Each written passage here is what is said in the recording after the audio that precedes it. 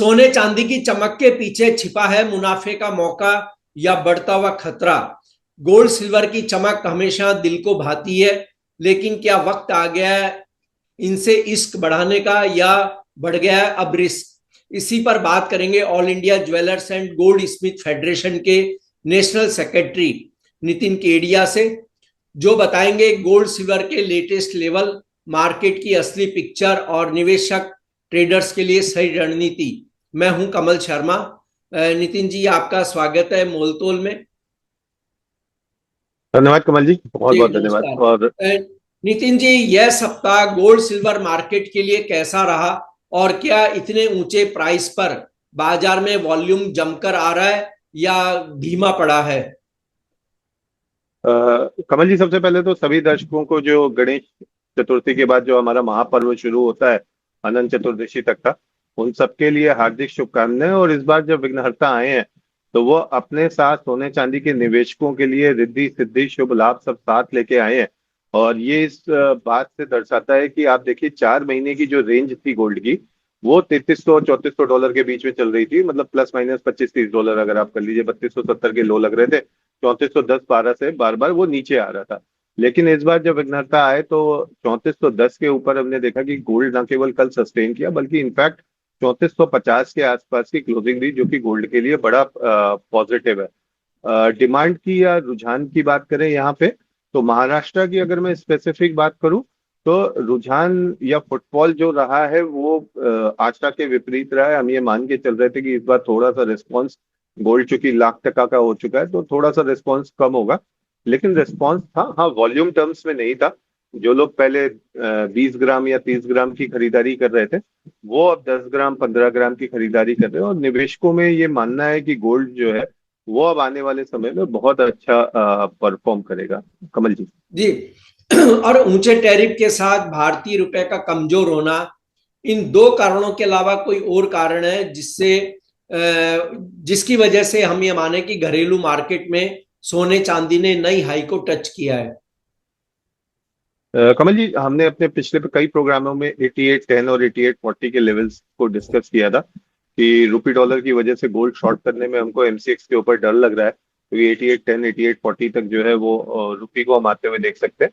तो मेजर कारण तो रुपी का रहा, प्लस इंटरनेशनल मार्केट में जो कल गोल्ड ने एक हाई के आसपास क्लोजिंग दी, क्योंकि 3450 के ऊपर की जी क्लोजिंग नहीं थी। इसके पहले भी 3500 टच किया था, उसके बाद वापस वो नीचे आ गया था और हमने 3450 के आसपास की क्लोजिंग नहीं देखी थी। तो इस तरह की जो क्लोजिंग आई है, ये घरेलू मार्केट में एक बड़ा कारण रहा। इसके अलावा कमल जी, शॉर्ट कवरिंग भी बहुत बड़े पैमाने पे 1,02,000 के ऊपर देखी गई है। तो उस 1,02,000 के ऊपर की क्लोजिंग जो आई है वो वहां से शॉर्ट कवरिंग देखी गई। और कमल जी, आप अगर पिछले अपने दो प्रोग्रामों को हम डिस्कस करें तो हम बराबर यही एक बात कह रहे थे, जब तक एमसीएक्स के अंदर 1,01,200 का लेवल क्रॉस नहीं करता है तब तक नई तेजी और नए हाई नहीं लगेंगे। और इसी वीक में अगर हम देखें तो 1,01,200 का लेवल क्रॉस हुआ, और उसके क्रॉस होते ही आप देखिए मार्केट ने एक नया हाई टच कर लिया है। जी।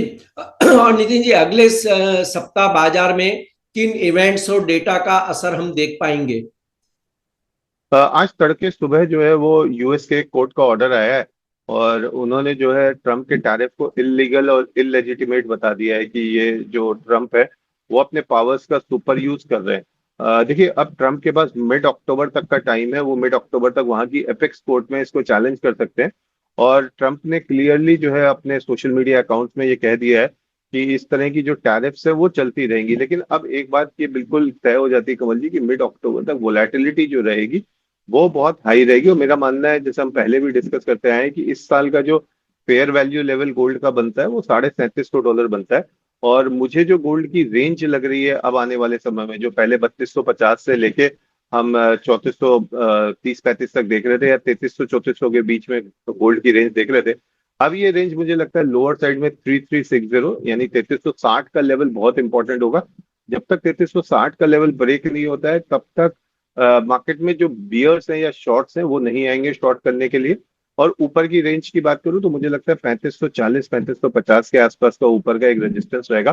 तो फौरी तौर पे हम $200 की रेंज देखेंगे, 3350 से लेके 3550 के बीच में सोने में। घरेलू बाजारों की अगर मैं बात करता हूँ तो अब 1,01,000 के आसपास का लोअर रेंज रहेगा, और ऊपर में हम 1,05,500 से 1,06,000 तक की रेंज देख सकते हैं। भारतीय बाजारों में वोलेटिलिटी इसलिए भी हाई रहेगी कि जैसे ही 8850 या 89 की तरफ रूपी डॉलर बढ़ना शुरू होगा, तो हम देखेंगे कि आरबीआई जो है वो शायद बीच में आएगा और इसको कंट्रोल करने की कोशिश करेगा, और 30-30, 40-40, 50-50 पैसे के मूवमेंट हम 1 घंटे के अंदर देखेंगे।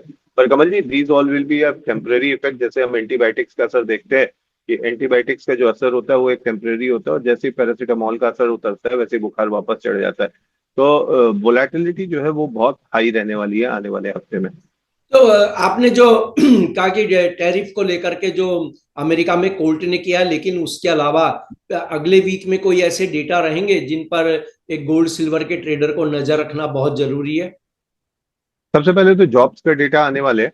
तो जो जॉब का डेटा होता है और महंगाई का डेटा होता है, ये यूएस के सबसे इंपॉर्टेंट डेटा रहते हैं। तो अगले हफ्ते जो जॉब का डेटा आने वाला है उसके ऊपर निगाह बना के रखनी चाहिए। जो फेड का पिछले लास्ट मिनट्स आए थे उसमें फेड ने दो चिंताएं जाहिर करी थी, एक तो नौकरी को लेकर और इन्फ्लेशन को लेकर। और इन्फ्लेशन को उन्होंने प्रमुखता से मुद्दा बनाया था कि टैरिफ का असर हमें इन्फ्लेशन पे देखने को मिल सकता है। लेकिन जेरम पावेल ने जो है जिस तरीके से ट्रंप की तरह अपना स्टांस बदला और रेट कट के संकेत दिए, उस रेट कट के संकेत के बाद हमने गोल्ड के अंदर ये तेजी आते हुए देखी है। तो अगर रोजगार के नंबर्स वहां पे मान लीजिए अच्छे आते हैं और काफी अच्छे आते हैं, तो आप ये मान के चलिए फिर फेड के लिए महंगाई को कंट्रोल करना और थोड़ा सा मुश्किल हो जाएगा। क्योंकि कमल जी, इसका एक बेसिक अगर हम फंडामेंटल समझेंगे, जितनी ज्यादा नौकरियां होंगी पैसा लोगों के हाथ में ज्यादा आएगा, पैसा ज्यादा आएगा तो आप खर्च जो है वो ज्यादा करोगे। ये बनी हुई बात होती है, जितना हाथ में पैसा होता है आदमी खर्च उसी हिसाब से करता है। तो चूंकि खर्चे बढ़ेंगे तो आपकी डिमांड बढ़ेगी और महंगाई बढ़ेगी। तो अगर नंबर्स वहां पे अच्छे आते हैं तो इसका मतलब ये होगा कि जो फेड का सरदर्द है वो आने वाले समय में बढ़ सकता है। जी। और नितिन जी, अगर हम लॉन्ग टर्म निवेशक की बात करें तो अभी उन्हें गोल्ड सिल्वर में इश्क करना सही है या रिस्क अब बहुत ज्यादा बढ़ गया है? देखिए, रिस्क का तड़का जो है इस समय बहुत हाई है Kamal ji. We are at almost lifetime high, $3400 के आसपास। अब यहाँ से 150-200 डॉलर के मूवमेंट्स हमें देखने को मिलेंगे। This is not a investor market, this is a traders market, जहाँ पे आप स्टॉप लॉस लगा के जो है अगर आप लॉन्ग टर्म ट्रेडर हैं तो या शॉर्ट टर्म ट्रेडर हैं तो 50 डेज के ईएमए का आप स्टॉप लॉस लगा के जो है वो होल्ड कर सकते हैं कि 50 डेज के ईएमए के नीचे अगर वीकली क्लोजिंग आती है तो आप एग्जिट कर लीजिए। और जैसे जैसे रिट्रेसमेंट आपको 9 डेज 20 डेज ईएमए के आसपास मिलते हैं और वहां से फिर वहां से बाउंस बैक आता है, तो वहां पे अगर आप बाय करके चलेंगे तो ये स्ट्रैटेजी आपको डेफिनेटली जो है वो बेनिफिट देगी। और नितिन जी, आने वाले 3 महीने और 1 साल की अगर हम बात करें तो आपके टारगेट क्या होंगे? पहले गोल्ड और फिर सिल्वर भारतीय रुपए में। कमल जी, इस समय मैं 3 महीने और 12 महीने के टारगेट देने की स्थिति में नहीं हूँ। उसका कारण क्या है कि तमाम तरह की स्पीचेस और तमाम तरह के डेटाज जो है वो आने वाले हैं। 17 अक्टूबर के आसपास एपेक्स कोर्ट के डिसीजंस आएंगे। तो देखिए, अगर मैं सिर्फ और सिर्फ गोल्ड के चार्ट को देखता हूँ, मैं किसी और चीज को नहीं देखता हूँ, तो जैसा कि मैंने कहा कि 1,01,000 से 1,07,000 8,000 के बीच की रेंज रहने वाली है। तो मैं टारगेट से ज्यादा रेंज देना चाहूंगा कि यहाँ पे 1,01,000 की डाउन साइड रेंज रहेगी और अपर साइड में 1,07,000 1,08,000 की रेंज रहेगी। हमारी रेंज 1,05,000 थी, पर जिस तरह का मूवमेंट लास्ट वीक में आया उसको अब हमने अप साइड में रिवाइज कर दिया है। अब जो बियर्स आएंगे मार्केट में वो 1,01,000 के नीचे ही आएंगे। रिस्क बहुत हाई है मार्केट के अंदर। तो जो एमसीएक्स के या कॉमेक्स के भी ट्रेडर्स हैं, वो जितनी क्वांटिटी में काम करते हैं, अगर वो 25% क्वांटिटी में काम करेंगे तो वो उनके लिए बेनिफिशियल रहेगा। जी। और नितिन जी, आपका कोई डिस्क्लेमर? कमल जी, इस समय मेरी डेरिवेटिव्स के अंदर जो है वो एक छोटी सी एक पोजीशन बनी हुई है जिसमें मैंने 1,05,000 का गोल्ड विनी का ऑप्शन कॉल ऑप्शन शॉर्ट कर रखा है। नहीं, आपका धन्यवाद, शुक्रिया नितिन जी।